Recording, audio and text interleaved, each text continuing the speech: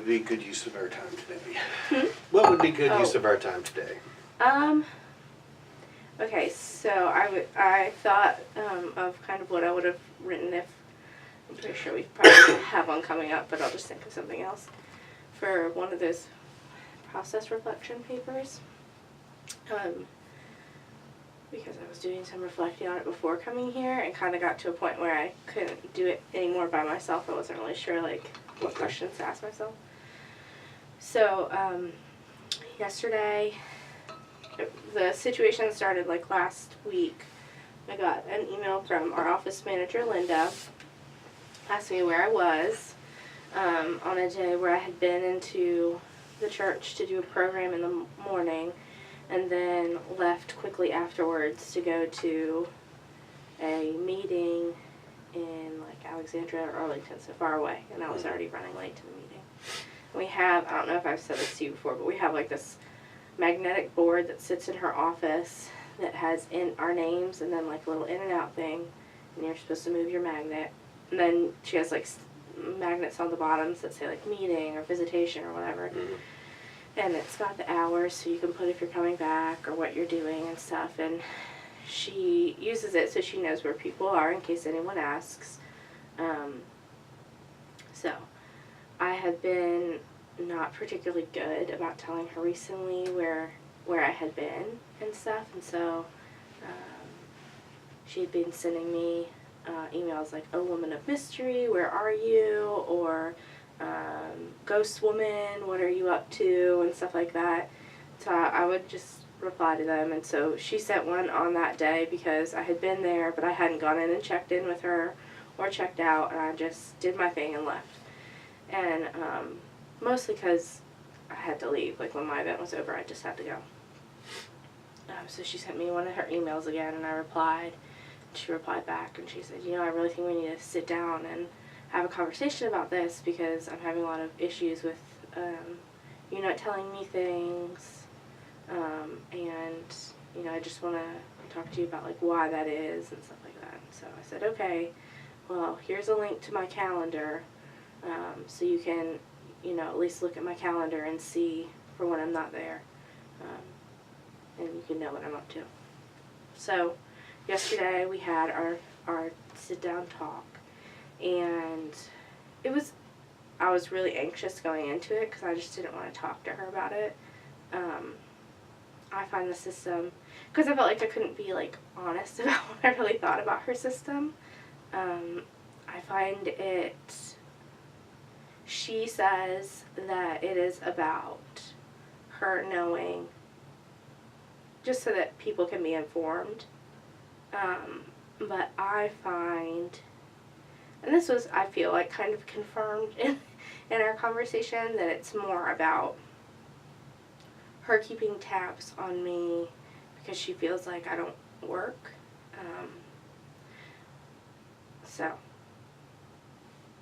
Which is frustrating to me because I don't like feeling like a child, and she's old enough to be my mom, and I work a lot,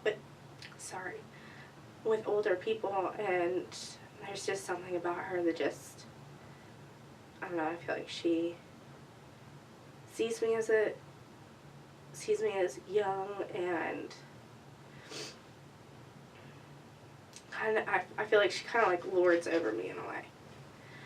So we have this conversation, and I know that I'm nervous going into it, and I'm feeling like I really can't tell her what I think of it because in my experience and telling Linda or any of the people really on staff what I'm feeling, and not saying I'm feeling this, so of course that's right, but just sharing what I'm feeling, I'm always told my feelings are wrong. And so oh, that's not true, that's not what's happening here. So that gets verbalized. Yeah. Okay. And it kind of, so it's, I know to be true to myself, I should share what I'm feeling, but I also know that when on this staff, it seems like when you do share how you're feeling, there's no ownership of, I don't know how to explain it. Like, if Daniel and I were to have an argument and he were to say, I feel like you don't appreciate me or something, I can't tell Daniel, no, that's not how you feel, and that's not what I'm doing. No, I can say, wow, I don't know, I certainly do appreciate you, I'm sorry you feel that way. What about, how I'm acting makes you feel that way or something? And there's just nothing like that on this staff. It's just, well, you're wrong, I do appreciate you, and so you just need to get over it kind of feeling. So I know that it's my nature just to distance and not share how I'm feeling, because I just don't want to be told that, because I think every person you're allowed to feel whatever you're feeling. Now, I can't, impose my feelings on someone and expect them to do something different. I get that. I can't, which I guess then in that case I should just share how I'm feeling with them. But anyways, I just feel uncomfortable sharing with them. So we get in, we're having this conversation. Linda tells me a little bit more about her background, which helps me to be more empathetic to why she is the way she is about the hours. She worked in consulting for an environmental firm or something, and she was telling me stuff like, well,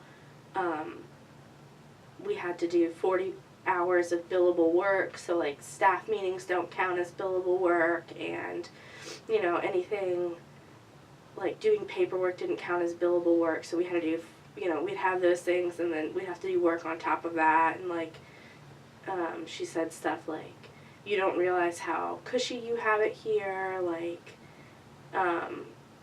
in other areas of business, they wouldn't just let you go and get this education with CPE that you're getting, and it's taking up so much of your time, and if you were anywhere else, that you could do that, but it would be on your own time, or you would be expected to still put in the 40 hours that you're putting in here.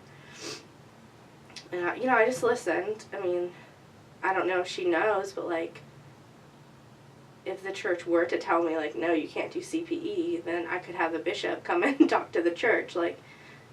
They knew what they were getting into and stuff, but I just, she's Episcopalian, so, and she said stuff like, checking in makes it feel like you're a part of the team, and she kept using we language, and I wished I could go back to the conversation and press her on who the we is, because I don't know if she was talking about herself or other staff, and she would say stuff like, I've just heard from other staff that it doesn't feel like you're here very often, and I really wish I could have asked, because of course my mind goes to assumptions, oh, okay, well, I know who that other staff person is, and, when you check in, it feels like you're part of the team, and we just don't feel like you're part of the team right now, and it doesn't even feel like you're, a staff person at this church, and, stuff like that. So I really wish that I could have done reflective listening. I just wasn't I was so anxious. I was just listening to her and stuff, and taking in stuff. I knew if I had reflected back to her what I was hearing, I don't know if I could have kept my emotions in check, just because I was so anxious going in and so angry in a way. Mm-hmm. And I kind of feel like the conversation confirmed what I was thinking, and she said stuff like, I'm much older than you, I have so much more experience, and so, I don't do these things to be a pain, I'm just trying to help you, I want, we all need to be reaching our full potential, and she said stuff like, oh, when CPE's done, I expect that you'll have, a million things coming out of you, and, I just expect so much from you, and, it was just all very, irritating, because you're the office manager, I don't owe anything to you, which sounds so mean, but, she's not my supervisor, and Daniel was just I can't believe she talked to you that way, when I shared it with him, and, I don't know, it was just, I really just wanted it to, roll off my back, but of course it's not going to, but in a way it has. I mean, it really did help to hear her background, and for me to be able to say, okay, this is coming from here. Oh, the one thing I did say was, I was like, I hear you and I'm listening to you, but I also just feel like on this staff, like, all of you, like, everyone from the preschool director to you, to Jim, to Angela, are overfunctioners, and you guys do a lot. Like, I've heard you say multiple times you work over 40 hours, like, why do you think you do that? And she was just like, well, stuff needs to get done, and, like, nobody else is going to do it. And I was like, okay. I was like, so I think sometimes, I can look like I am the weakest link because other people are doing a lot. And she was like, or, you're just not doing enough. And I was like, okay. So I'm not going to get anywhere with this. I shouldn't have even brought it up. But, I mean, it was how I feel. I feel like they all just overfunction and work themselves into the ground. But they don't seem bothered by it, so. It's their choice. Yeah. I It's their can't choice. change that for them, but. Yeah, so,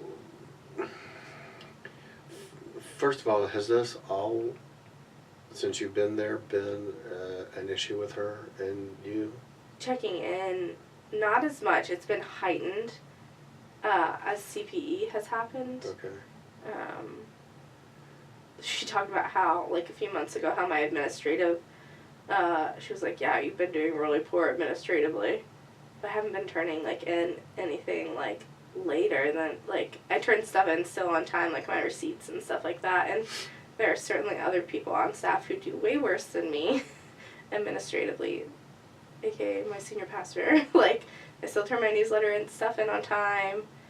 I'm pretty attentive to her emails, so I can't fix for her that she doesn't feel like I'm part of the staff anymore. Like, there's nothing. The only thing I could do better, and I will do better because, one, it will get her off my back, and two, as a courtesy to her and other people, is check in more. But I can't make my CPE hours less here, and, she doesn't. This situation certainly doesn't make me want to go in any more than I already have to work. Like, I just don't want to be there with them. So, I'm wondering how you might be able to tell her that you hear her and hear her concerns, but also be direct in your approach back to her and say, I hear your expectations, but these are the expectations I have of myself and how I will relate to you. I don't even know how to, like, broach that subject with her again. I think if the situation were to come up again, and I was keeping up my end of the deal, which I told her would be to check in with her. I have my calendar so she can look at it. She says she can't look at it right now, so I'll get that fixed so she can see the events on it. But, if it were to come up and I was keeping up what we agreed to, I think I probably would just say, like, Linda, I agreed to this. I'm doing, I agreed to coming in and moving my magnet, and I agreed to let you look at my calendar. And I think that's all you need to know. Like, you don't need to know who I'm meeting with. You don't need to know what I'm doing. You don't need to know the details because, and you get my timesheet too. So, like, I don't, Mm-hmm. and I think that's why, if it was just simple, like, I could move my magnet in and out and there was no, like, where are you going, what are you doing, I think I'd be even more willing to do that, but it feels like an interrogation every time. And so maybe if I just make clear, like, you have my calendar, I'm moving the magnet in and out, I'd let you know if I'm going to be back or not. I don't have to explain anything else to you beyond that, and just say that. Yeah. I think that's fair enough. And she's logical enough that, like, she's such a logic-driven person that I think that would be enough for her. I think I probably pander to her a little bit because she is older than me and is so momish to me. It's just annoying. And so because she behaves in that way towards me, I probably could catch myself then behaving in the way like you would towards your own mom, you know what I mean? Does that make sense? Like, you know, certainly I don't think she's aware of that, but probably that's something that I could be more aware of as I interact with her. Yeah, so I recall in our last supervision, you talked and shared a lot about how your relationship with your mother has been and how things were when you were growing up, and kind of behaviors that she exhibited. So I think it's probably really healthy to be able to say, Linda's not my mom, Linda's not Yeah. my mom, Linda's not my mom. And, you know, correct me if I'm wrong, what I heard last time is that you kind of went, as a child, to great lengths to appease and please Yeah. your mother. Definitely. And I can see that being kind of, you know, now that we're here and thinking through that, that's probably what's happening with Linda, because I was thinking, I mean, when I was reflecting over this, I was like, why? Like, at the heart of the issue, the thing that irritates me is the comments about not being a team player, and this assumption I have, because I wasn't brave enough to ask, that she thinks I'm lazy. And so, if I know I'm not. If I know I'm doing my job, then why does it matter? What in the grand scheme, why can I let that go? Why? And not so much that why does it matter, but why do I have to prove to her that I'm not? Like, what within me feels like I need to go out of my way to prove to the office manager, who's not my supervisor, who's not Methodist, who's not one of my lay people, who literally has nothing, you know, doesn't do anything with my paycheck, like, nothing.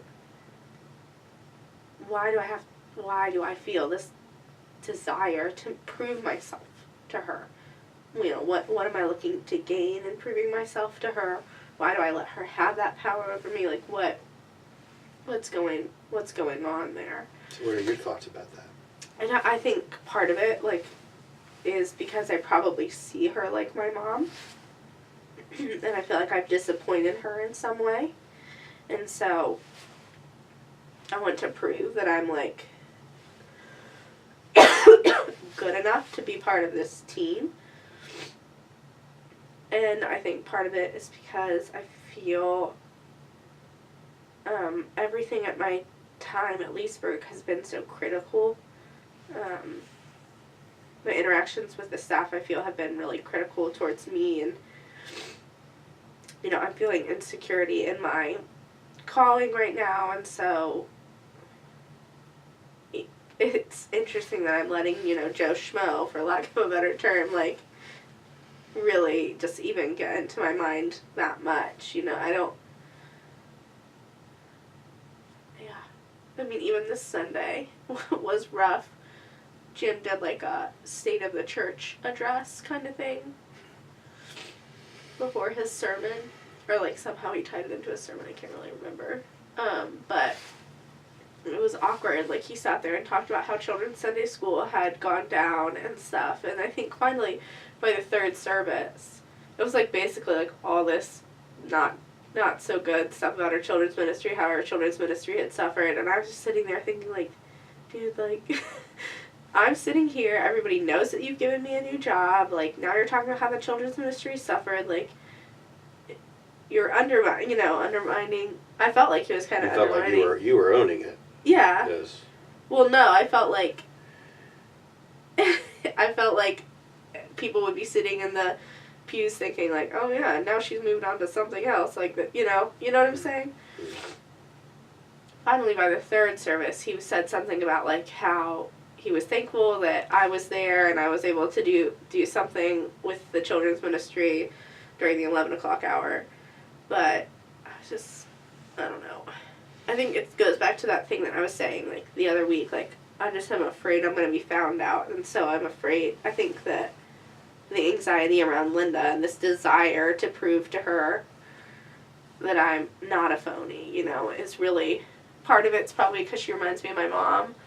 Part of it's because she just pisses me off to Kingdom Come and back. And part of it's just because I feel like I'm just really struggling with my call right now. Well, let's talk about that. Because I think that, to me, that sounds like that might be the central piece. Let's talk about the new job, the new responsibilities. What is your job description? So, my job description is I'm in charge of working with lay people to develop and take care of 4 areas. Okay. Worship, congregational care, fellowship, and young adults. Okay. So, worship is the area that's the most established, most formal of all the structures, and I have a really good layperson there who's helping me. Congregational care is established in the sense that, like, there are a bunch of little groups doing little things, but I'm supposed to kind of, like, bring us all together and focus the ministry, and I haven't been able to do that so much. And then fellowship, it's just me and another guy right now. And then young adults, it's this couple.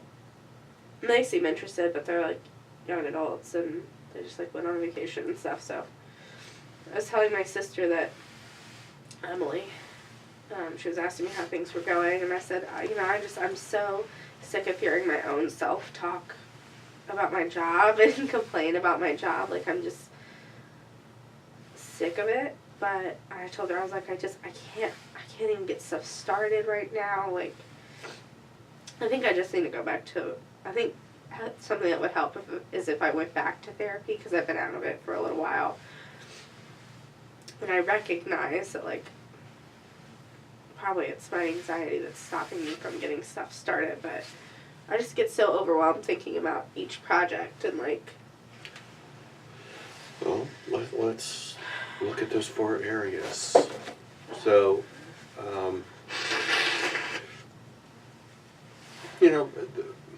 there may be a unifying piece to all 4 of those, but it sounds like they're 4 pretty settled and significant areas of ministry. So, what is your vision for worship at Leesburg? My hope is that we can continue to make worship innovative and a place for people to connect with God, whether they're visual or tactile or like music or like scripture, that worship might be a place for people to connect and give back to God. It sounds like you're engaging the senses. Mm-hmm. And that's kind of, that's what our worship chair is really big into, and I support her in that. And I think over the past, from Advent on, it's been really fantastic to see what the lay people have come up with for worship. And so, and lay engagement in worship is something that I really care about. Are there any boundaries or blocks from establishing that vision? No, the only thing that we're running up against is, what were we calling it? We're just running up against clarity issues. So, like, what is the role of Rebecca? What is my role? What's Jim's role in terms of planning? Because right now, Jim's never had anything like this, and so he's been doing his own thing for 30 years, and so as much as he admits that he wants our help, struggles to accept our help, or will. Like this time in particular, as we've been planning for Lent, which we started before Advent, he gave us a Lent theme, we planned for it, then he came back and said he wanted to change his theme, which we're okay with because he's a senior pastor, he's the one that has to preach whatever theme he chooses. he's an ideas guy and just loves coming up with like all these ideas, and I think Rebecca was feeling frustrated because she doesn't want to ask lay people to do all this work, like find liturgies, if he's not gonna then use them. So right now we want to continue to collaborate, but we need clarity within the collaboration, otherwise it creates chaos. So. Okay, that sounds like a huge role for you perhaps to be able to. Yeah, she was like, "Can you figure this out?" I was like, "Oh, To I'll help with try." clarity. Yeah, I'll try. So there's that. Okay, and if there's clarity to everybody's role, including yours, all right, the advantages of that would be what? I think then we would know, at least for me, I would know how much time and effort I need to be putting into worship, especially since all the different things are so unrelated. I mean, they're related in the sense that they're all points of connection, and that's why they're under me as director of Connect Ministries, but worship really doesn't have anything to do with congregational care, in Well, a it direct could. way. It Yeah, could. it could, but So, all right. So, what is the first real concrete step you could take in helping there to be greater clarity in worship? I think Planning. that the step I want to take is asking Jim to write down and clarify what he sees his roles are, to have Rebecca do the same, and to have myself do the same, and then get together and kind of go over those and come up to have a consensus based on those 3 ideas. I'm sure they'll be overlapping. There might be red flags here and there, but to have those 3 things written down to go off of and then come out with more clarity, I think would help everyone. Mm-hmm.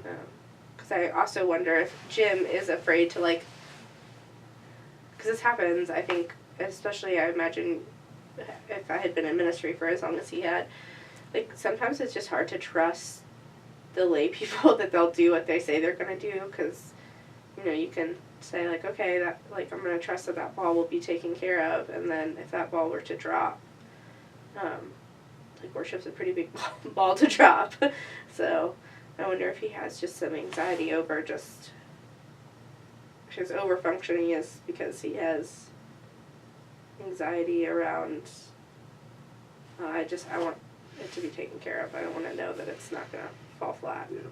So if you're taking that piece on and are willing to bring some order and clarity and process to how worship gets planned and how it gets implemented,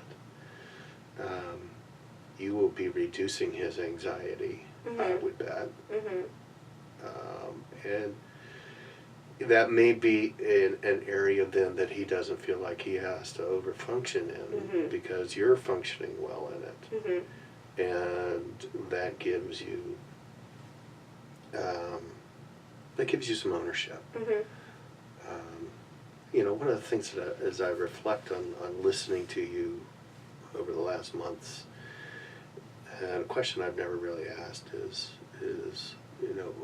where does Heather own her ministry there? Because it seems like you're always responding or reacting to someone else. Yeah, I don't think that I do own my ministry there. I think the one place that I'm finding the greatest reminder that I'm called is through worship and leading worship. Just in the past few weeks, I've really been clinging pretty tightly to the comments that people have been saying after worship. It's so nice to have you here. Like, you bring so much to worship. It's nice to have a different voice up there, and I'm sure clinging to them tightly because I'm a person that likes to please people, but also just, you know, reminder, like, I am called to this, like, and it's being, I like to think that that's less about people talking to me and more about the Holy Spirit talking to me through people. Mm-hmm. And so I feel like when I'm helping to lead worship, I really own that space. I don't feel, like the first week I kind of felt out of place and stuff like that, but I feel empowered and strong in that space. And so that's probably the one space I feel like even if people criticize me, I would be like, okay. Yeah, so, yeah. So you're already receiving some affirmation. Yeah. So in engaging clarity and specificity and really kind of organizing a process. Yeah, and I think that would help. Because I also think I feel empowered when we're in our worship planning meetings. Rebecca and I get along very well. And I love worship planning meetings with her, and I think she does an excellent, I don't run them, she runs them. But I love getting to create alongside our lay people and brainstorm and stuff like that. And I also feel it's one of the places where I'm seen as clergy, and so I appreciate that. Okay. So that feels the closest connection to call to you. Yeah. Okay. Right now at least.